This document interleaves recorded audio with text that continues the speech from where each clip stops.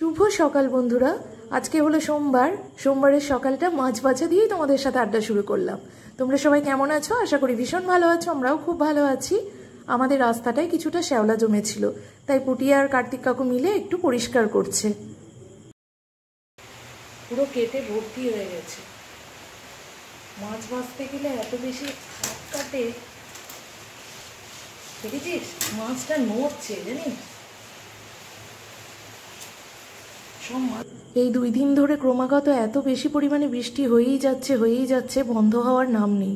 এই বৃষ্টির মধ্যেও মাছ ধরলো, তারও কিছু কারণ রয়েছে। সঙ্গে থাকো, তাহলেই বুঝতে পারবে। আশা করি আজকের ভিডিওটা তোমাদের অনেক বেশি ভালো লাগবে। স্কিপ না করে পুরো ভিডিওটা দেখতে থাকো। আজকে আমাদের অরন্ধন উপলক্ষে রান্না করে রাখা বা রান্না পুজো, যে যাই বলো না কেন, সেই উপলক্ষে আগে আমি গ্যাসের ওভেনটাকে একটু সিঁদুরের ফোঁটা, গঙ্গা জল, পান সুপারি দিয়ে একটু পুজো করে নেব। আগে মাটির উনুন ছিল বন্ধুরা, তখন আরেক রকম ছিল। বেশ ভালো করে নিকিয়ে মুছে তারপর সুন্দর করে পুজো করে তবে উনুন জ্বালা হতো। তবে এখন সব বাড়িতেই গ্যাস ওভেন রয়েছে, তো সেটাতেই আমরা পুজো করে নেব। যেটা নিয়ম সেটা তো মানতেই হবে। আর বন্ধুরা, এই অরন্ধন উপলক্ষে প্রথমেই যেটা কাজ হচ্ছে, প্রথম ওভেন জেলেই কচুর শাক আগে বসাতে হবে, এরকমই নিয়ম রয়েছে। তাই সেটারও আমি কচুর শাকটা ভালো করে কুকারে দিয়ে ছোলা দিয়ে দিলাম। আর অবশ্যই আজকের এই কচুর শাকে ছোলা কিন্তু মাস্ট দিতেই হবে। এবারে কচুর শাকগুলো ভাপাতে দিয়ে বাকি কাজগুলো কমপ্লিট করবো। চলো। বিশেষ করে কচুর শাক দিবি 1 কুকার, হয়ে যাবে তলায় পড়ে থাকবে। ওখানে নারকোলটা, এখানে নারকোল কোরানো আমার কমপ্লিট হয়ে গেছে। আর এই যে এটার মধ্যে দুধ রেডি, যেগুলো ছাড়া কচুর শাক বিস্বাদ। কে? চলো বন্ধুরা, জল খাবার চলে এসেছে। সেই জল খাবারগুলো ওদের দিয়ে দিই, কারণ পেট ঠান্ডা করি আগে, কারণ আজকে খাওয়া দাওয়া হতে একটু বেশ কিছুটা দেরি হয়ে যেতে পারে।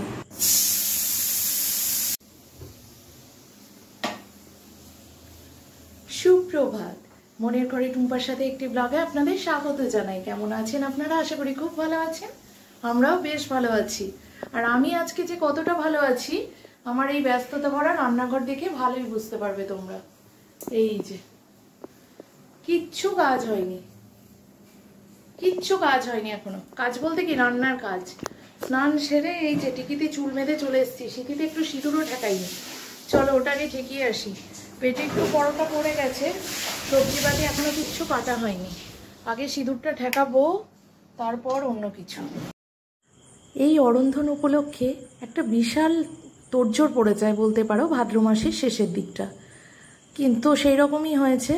এখন অবশ্য আগের মতো অতটাও আর মানুষজন করে না। আগে যেমন কি দরজা জানালা পর্যন্ত নাকি ধোয়া হতো। আমি এখানে আসার পরেও দেখেছি মা সেগুলো পরিষ্কার করতেন, তারপরে আমিও মাকে হেল্প করতাম। কিন্তু ইদানিং আর অতটাও করে উঠতে পারি না, জানো তো। ঘর দুয়ার ঝাড়াঝুড়ি মোছামুছি এটা তো হয়েই থাকে, কিন্তু দরজা জানালা ধোয়া সম্ভব হয় না। এবারে যেমন আমি রান্নাঘরের মেঝেটাও সেভাবে ধুইনি, রোজকার রেগুলার যেরকম মোছা হয় ওরকমই করেছি। আর এদিকে সব কিছু ধোয়া পরিষ্কার জিনিস করেই রান্নাবান্না করতে হবে, তাই আমি মশলাদানিটাও ভালো করে ধুয়ে রেখেছিলাম। এবারে সব মশলাগুলো আমি এই কৌটোর মধ্যে একে একে ঢেলে নেব, কারণ আজকে সব কিছু পরিষ্কার পরিচ্ছন্ন করে রান্নাবান্না করতে হবে। কারণ এটাকে বলা হয় মা লক্ষ্মীর স্বাদ দেওয়া। তার জন্য 9 রকমের রান্নাবান্না আজকে আয়োজন করা যাবে। আর এখানে সব কিছুই নতুন করে আবার মশলাদানিতে ঢালা হবে, কারণ ঠাকুরের জন্য রান্না করলে সেই রান্না তো এভাবেই করতে হবে। আর মাছের কোনো প্রিপারেশন আমি এখন করব না, সব রান্নাবান্না নিরামিষ হয়ে যাওয়ার পরে শেষের দিকে মাছটা বানাবো। কারণ এইটুকু জায়গার মধ্যে না বন্ধুরা বড্ড বেশি তেল ছিটকায়, তাই সেই রিস্কটা নিলাম না। চলো ঝটপট করে মশলাপাতিগুলো ঢেলে রাখার কাজ করি। এই কাজগুলো যদি কাল থেকে করে রাখতাম বেশ সুবিধা হতো। মুসুর ডালটাও আমি এদিকে ভিজতে দিয়ে দিয়েছিলাম। আর এদিকে কচুর শাক আমার কিছুটা ভাপানো হয়েই গেছে। মাছগুলো দেখেছো এভাবেই রয়েছে, এখনো নুন মাখতে সময় পাইনি। এদিকে সবজিপাতি একদিকে কাটছি আর একদিকে রান্না বসিয়েছি, মানে কচুর শাকটা ভাপাতে দিয়েছি। কচুর শাকটা ভাপাতে বেশ কিছুটা দেরি হবে। আর এদিকে সবজিপাতি আমার কাটা কমপ্লিট, ধুয়ে মুছে একদম জায়গাটা পরিষ্কার করে নিয়েছি। এদিকে ঠাকুরঘরের অবস্থাটা একবার তোমাদের দেখিয়ে দিই। ঠাকুরঘরে সমস্ত বাসন টাসন বার করে রেখেছি। আর এদিকে ধানের শীষ, কাশফুল, বেলপাতা, যা যা প্রয়োজনীয় সব কিছুই আনা আমার হয়ে গেছে। এবারে শুধু সঠিকভাবে কাজে লাগানোর অপেক্ষা। এদিকে আমি মুসুর ডালটা ভাজতে দিয়ে দিয়েছি। হ্যাঁ বন্ধুরা, আগেও তোমাদের এই রেসিপিটা আমি দেখিয়েছি, তবুও আজকে একটা স্পেশালভাবে রান্নাবান্না করা হচ্ছে বিশেষ দিন উপলক্ষে, তাই তোমাদের সাথে শেয়ার করলাম। তেলের মধ্যে মুসুর ডাল দিয়ে বেশ কিছুটা পরিমাণে হলুদ দিয়ে ভালো করে ভেজে নেব। এদিকে গ্রাইন্ডারের মধ্যে আমি কিছুটা চন্দনী নিয়ে একটু ড্রাই করে নেব, মানে ড্রাইভাবে ঘুরিয়ে নেব। তার মধ্যে ধনে জিরে দিয়ে একটু জল দিয়ে আবার একটু পেস্ট বানিয়ে নেব। এদিকে ডালটা ভাজা হয়ে গেলে ওর মধ্যে জল দেব সিদ্ধ হওয়ার জন্য। একই সাথে ঝিঙে, কুমড়ো, বেগুন আমি একটু নুন হলুদ ভালো করে মেখে রাখবো। তারপরে একে একে ভাজলে একটু সুবিধা হবে। এই যা, চলো বন্ধুরা তাহলে কচুর শাকের পুরো রেসিপিটা তোমাদের সাথে শেয়ার করব। কারণ কচুর শাক ছাড়া সব রেসিপি মোটামুটি তোমাদের জানা। কচুর শাকের রেসিপিটা তোমাদের সাথে একটু শেয়ার করতে বড্ড বেশি মন চাইছে। আজকে এত কিছু কাজের মধ্যেও, খুব ব্যস্ততার মধ্যে তোমাদের সাথে এটুকু শেয়ার করছি। আর এখানে মসুর ডাল আর কিছুটা চালের গুঁড়ো, আতপ চালের গুঁড়ো নিয়ে আমি একটু পেস্ট বানিয়ে নেব। কচুর শাকের মধ্যে একে একে মশলাটা দিয়ে দিলাম। তার মধ্যে দিয়ে দিলাম লঙ্কা গুঁড়ো আর হলুদ গুঁড়ো। এদিকে বেগুন ভাজাটা তুলবো, তারপরে পরপর কুমড়ো ভাজা, ঝিঙে ভাজা, আলু ভাজা করে নেব একই হাতে। বন্ধুরা কি করে যে কি করি না, তাই খুব টেনশন হচ্ছে। একবার এদিকে যাচ্ছি তো একবার ওদিকে, তাই ভাজাভুজিগুলো করতে করতে কচুর শাকটা ভালো করে মেখে নেব। এদিকে হাত দিতেই দেখছি কি বেশি গরম, তাই এখানে মাখতে পারলাম না, ফ্যানের হাওয়ায় নিয়ে এসে মেখে আবারও রেখে দিলাম। এটা এখন এই অবস্থায় থাকবে। এবারে কড়াই থেকে সব কিছু ভাজাভুজি তুলে নিয়ে সময় মতো আমি কচুর শাকটা বসাবো। কচুর শাকটা মেখে রাখলে অনেকটা পরিমাণে সুবিধা হয়। এদিকে দেখো ডাল সিদ্ধটাও হয়ে গেছে। পরিমাণ মতো তুলে রেখে কিছুটা ডাল আমি ফোড়ন দেব।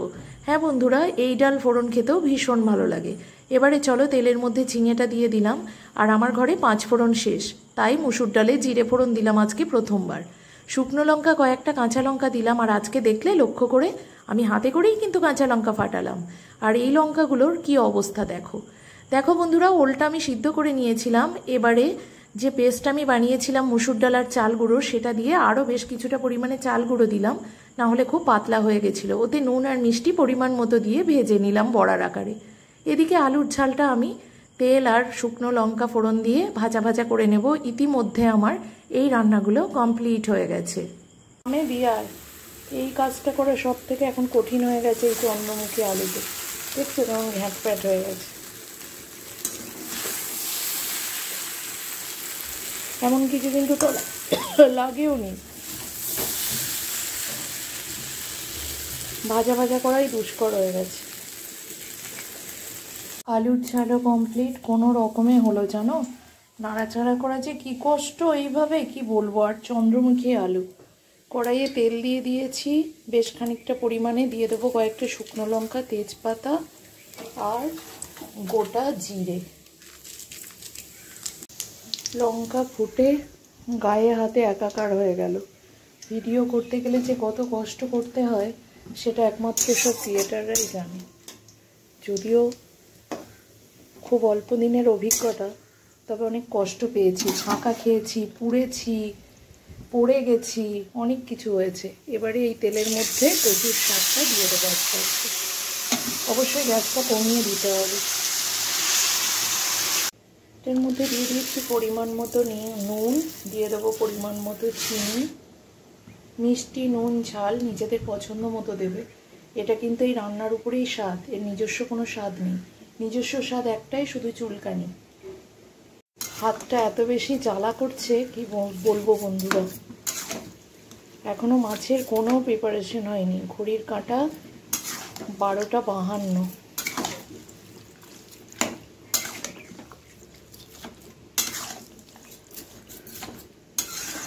টকটা আধ সিদ্ধ করে রেখেছি, বাপ্পার বাইকের আওয়াজ পেলাম।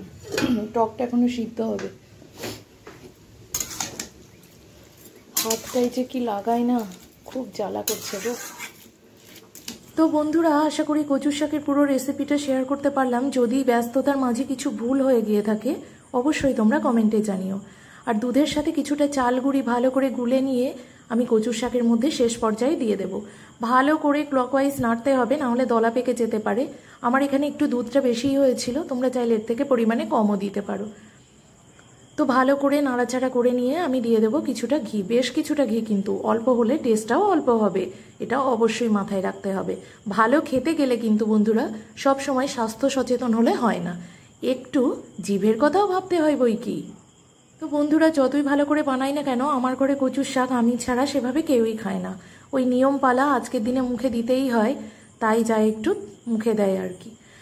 তো এখানে আমি শেষ পর্যায়ে নারকেল কোড়া দিয়ে খুব ভালো করে নাড়াচাড়া করে মিশিয়ে দেব। কিন্তু আমার কিন্তু বেশ লাগে বন্ধুরা, আর অনেক ব্যস্ততার মাঝে ব্লগটায় ভয়েস দিচ্ছি, হয়তো ভুল হতে পারে। শাক, ডাল সিদ্ধ, ওলের বড়া, আলু ভাজা, বেগুন ভাজা, কুমড়ো ভাজা, ঝিঙে ভাজা, আলুর ঝাল, ব্যাস। এটা তুললাম ঠাকুরের, আর এখানে সব রয়েছে খাওয়া দাওয়ার জন্য। এই কি ভাল লাগছে দেখতে, আমার রান্নাঘর আজ ভরা ভরা। ভাত এখনো হচ্ছে, টক এখনো হচ্ছে। এরকম রান্নাঘর দেখতে আমার বেশ ভাল লাগে, ভরা ভরা। চলো টকটার পরিস্থিতি দেখি। এই যে ভাত হচ্ছে, কিন্তু আর একটা জিনিস যেটা তোমরা হাসবে, মাছ কিন্তু আমার দিকে তাকিয়ে রয়েছে, কিছু করার নেই। এবারে দুপুরে খাওয়ার মতো মাছ একটু মানে মাছের ঝাল বানিয়ে নিয়ে খেয়ে দিয়ে তারপরে আমি মাছের টক এইসব বানাবো, বুঝলে? আর সারাদিন এই চলবে, সারাদিন।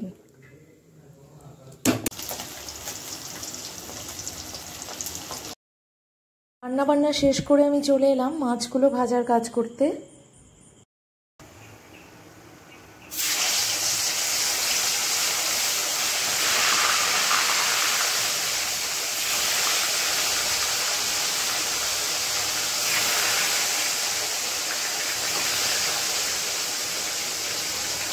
তো বন্ধুরা আমার যতই বেশি কাজ থাক না কেন, ঘড়ির কাঁটা তো আর থেমে থাকবে না, টিকটিক করে এগিয়েই যাচ্ছে। ওদের খাওয়ার সময় হয়ে গেছে, 2টো অলরেডি বেজে গেছে। তো তার জন্য আমি খুবই তাড়াহুড়ো করছি, যদিও বাপ্পা মাই তাড়া দিতে আসেনি, ও এটা বলতে এসেছে ধীরে সুস্থে করতে পারো। তো এদিকে মাছের ঝাল আর মাছের টক আমি বসিয়ে দিয়েছি। এবারে চলো ওদের খাওয়ার দাওয়ারটা আগে বেড়ে ফেলি, কারণ আজকে খাওয়ার দাওয়ার বাড়াতেও অনেক নিয়ম রয়েছে। তো সব কিছু তো ছোঁয়া নাড়া পড়ে যাবে, তো সেই মতো আমি সব আলাদা আলাদা করে গুছিয়ে রেখেছি, দেখতেই পাচ্ছ। ঠাকুর পুজোর জন্য মিষ্টি এনেছে, সেই মিষ্টি থেকে আগে আমার গোপালের ভোগ দেবো, তার জন্য কিছুটা তুলে রেখেছি। আর এই যে দেখো, আজকে লেদে যেহেতু বিশ্বকর্মা পুজো, তাই এ বাবা ঝোল করেছে তোরে, তার জন্য চিকেন। এ বাবা ঝোল দিয়ে ভাল লাগবে, চিকেন আর রুটি। আমাকে আজকে রান্না বান্না কিচ্ছু করতে হয়নি, জানো তো। এইভাবে যদি কেউ সার্ভিস দেয় তাহলে আমাদের মতো ঘরের গৃহিণীদের আর কি চাই বলো বন্ধুরা। আমি জানি আমার মতো অনেকেরই ভালো লাগে এরকম। এই যে রুটি কটা আছে জানি না, যাই হোক এখানে কটা দিয়েছি দেখ, কয়েকটা মাংস তুলে দিই। আলু তো দিয়েছে মাংসই, এর আগের দিন কি সুন্দর একদম শুকনো করেছিল, তেল তো প্রচুর দিয়েছে মনে হচ্ছে রে। যা পেয়েছে ঢেলে দে। ফিশ কেমন হয়েছে বাবা, বাবার হাতে রান্না? কে বানিয়েছে রান্নাটা জানি না, বাবার হাতে বলে কি ভালো বানিয়েছে? বাবা ভালো বানিয়েছে আর মা ভালো বানায় না। মিষ্টিগুলো কিন্তু তোর একার নয়, হ্যাঁ প্রত্যেকদিন তো তোমারই চাই, আজ বাবার সবচেয়ে বলে ভালো লাগে। ঠিক আছে, এরপর থেকে নয় তোর বাবাই রান্না করবে, সমস্যা নেই। তোর না হয় সমস্যা নেই, যে করবে। এই রে পড়ে যাচ্ছে গো, জট পাকিয়ে গেছে রুটিগুলো। কি তেল দিয়েছে দেখো মাংস, এটা যদি আমি দিতাম কি বলতো বলতো। মাংস তেলে করেছো না তেলে মাংস করেছো? আজকে 4টে পর্যন্ত, 4টের পর পর্যন্ত রান্না বান্না বাসন কোসন ধোয়া নিয়ে ব্যস্ত ছিলাম জানো বন্ধুরা। সেই দুপুরে লাস্ট তোমাদের সাথে কথা হয়েছে।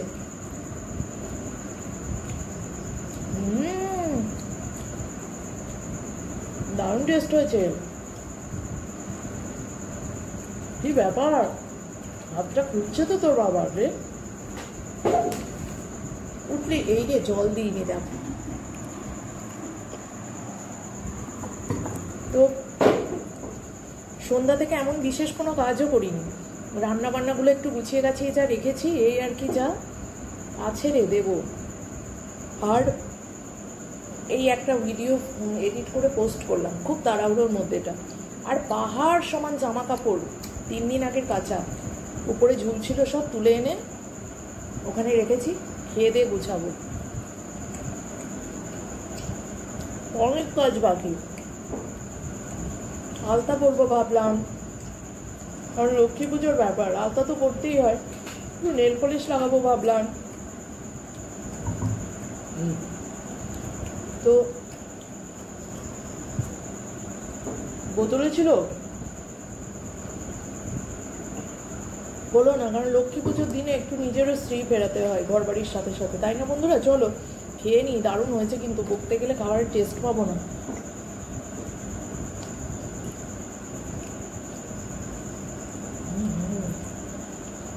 এরকম মাঝে মধ্যে হলে ভালোই হবে, বল বাবা।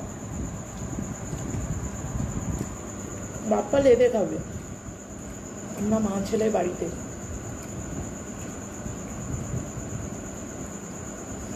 বাপ্পার পাঠানো খাবার, বাপ্পার পয়সায় রোজই খায়, ওর পাঠানো কেন জানি মনে হচ্ছে বলতো আজকে বাবা খাওয়াচ্ছে, বাবা খাওয়াচ্ছে। প্রতিদিনই তো বাবাই খাওয়ায়, মনে হচ্ছে না তোর?